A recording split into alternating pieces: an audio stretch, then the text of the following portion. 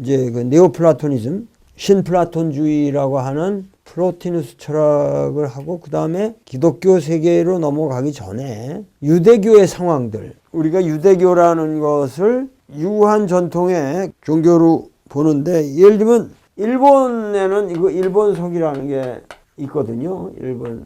근데 이게 대개 680년 정도에서 720년 사이에 쓰여진 거라고 보는데, 720년에 이렇게 방대한 역사서가 기술된다는 건 이게 놀라운 거거든요. 이 동양 문화권에서 더군다나 일본이라고 하는 어떻게 됐든 편벽한 한문 문화권에, 한자 문화권에 있은 편벽한 지역인데, 우리나라 삼국 사기가 쓰여진 것은 이렇게 본다면은 하여튼 이게 400년이 앞서는 거 아니에요? 400년이 앞서는 건데, 660년에 백제가 멸망하면서 이 백제의 귀족 계급들이 대거 일본으로 간 거죠. 그러면서 백제가 끝났다. 우리의 종주국이던 백제가 끝났다라는 생각 때문에 이제는 일본에서 우리 역사를 확립해야 된다.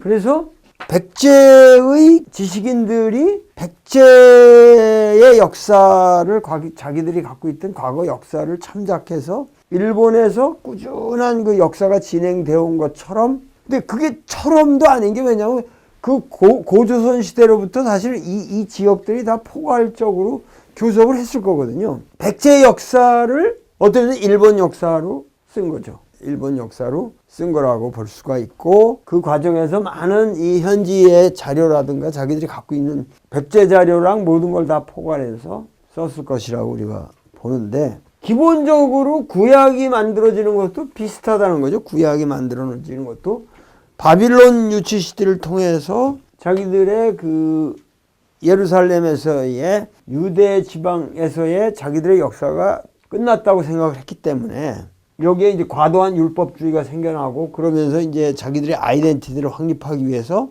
기존의 모든 구전 자료들을 기술하기 시작하고 오가나이즈하게 되는 거란 말이에요. 그러니까 이게 비슷하단 말이에요. 근데 우리나라도 사실은 재미난 게 뭐냐면은 대종교가 만들어지는 과정, 그러니까 일본에 의해서 이 식민지가 완전히 되어버리고 나면서 내 나라가 망했다라는 생각 때문에 만주로 가서 대종교를 만든, 이 독립운동을 하면서 만든 종교에서 이 대종교 사람들이 환단고기를 편찬하는 과정하고 또 비슷하단 말이에요, 이게. 그러니까 환단고기라는 게 그 내용에 무슨 진실성, 역사성, 뭐 이게 위선이 아니냐 이런 거를 떠나서 그 내용은 날조할 수 있는 내용은 아니란 말이에요. 그 어떤 한 사람이 날조할 수 있는 내용은 아니라면 내가 보면은. 근데 그게 날조를 했다 안 했다 이 문제를 떠나서 옛부터 우리나라 사람들이 자기의 고대사를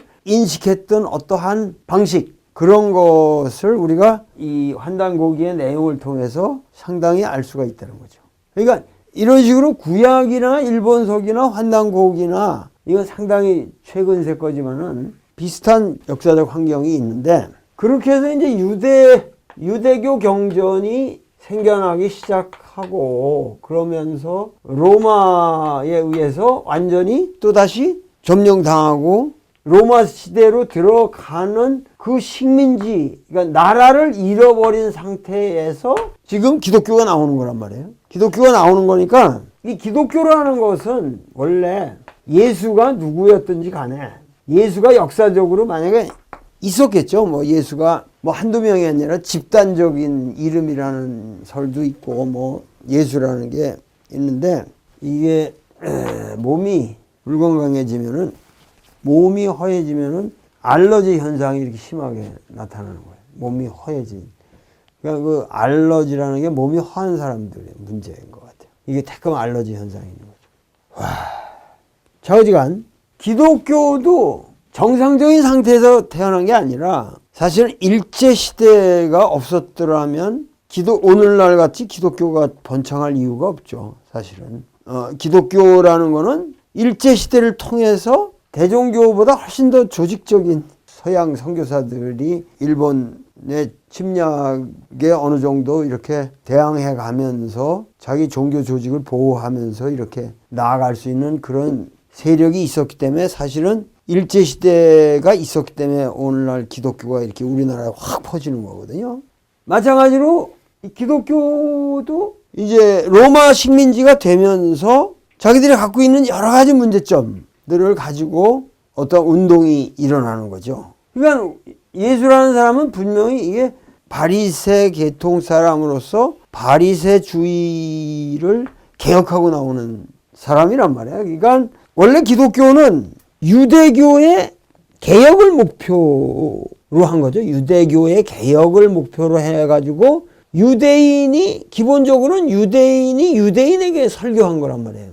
그래서 성 야고보나 성 베드로나 전부 유대교를 개혁하는 수준에서 머물길 바랬던 거란 말이지. 그런데 여기에 가장 결정적인 게 뭐냐면은 오늘날 기독교를 만든 사람은 12제자가 아니라 바울이란 말이에요. 바울이 소위 말해 초대 교회 조직을 만들었단 말이에요. 근데 바울은 이방인의 사도라고 자기가 자처했고, 그 이방인들을 포용하기 위해서 가장 핵심이 지금 우리가 너무 이 기독교에 대한 이해가 그 뭐 이론적으로 돼 있는데 무슨 구원이나 천당에 가고 무슨 하나님을 믿고 말고 이런 거는 개똥 소나 개나 다 전 세계 민속 종교에 다 있는 거 아니에요. 지금 기독교는 무슨 어렵다지 기독교가. 그러니까 문제는 우리가 기독교에 대한 이해의 핵심이 어디 있느냐는 거지. 그러니까 바울 주장의 가장 핵심은 할례를 거부하는 거예요.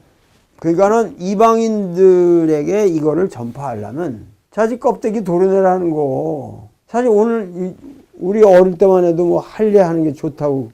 요새는 할례 그 나쁘고 사악한 거라고 못하게 하잖아요. 나도 우리 아들 날 적에 그냥 그 미국 병원에서 그 뭐 서컴시전을 한다고 그래서 그냥 뒀는데 그놈이 지금은 막 그 괜히 했다고. 다 이제 설이 다 그게 아니니까 요새는. 그래서 손자는 이제 안 했다고. 할 필요가 없지. 뭐 미친다고. 근데 할례라는 게 그 유대 광야에 이렇게 이거 꼭 우리나라로 치면 이제 그 돌도끼 같은 거거든. 구석기 시대 타제석기 같은 거. 이게 탁 때리면 이렇게 쫙 칼처럼 갈라지는 돌을 가지고 쫙 할례를 하는 건데 그 할례석이 있더라고. 내가 가보니까. 근데 그 사실은 교회를 들어오려면 할례를 해라. 그러니까는 이방인들의 입장에서는 이하고 왜 자지 껍데기를 갖다가 왜 그 자르냐. 지금 로마인서의 가장 핵심적인 저기가 바울이 그걸 부정하는 거 아니에요. 할례 부정. 가장 중요한 게 모세 율법의 준수를 거부하는 거란 말이에요.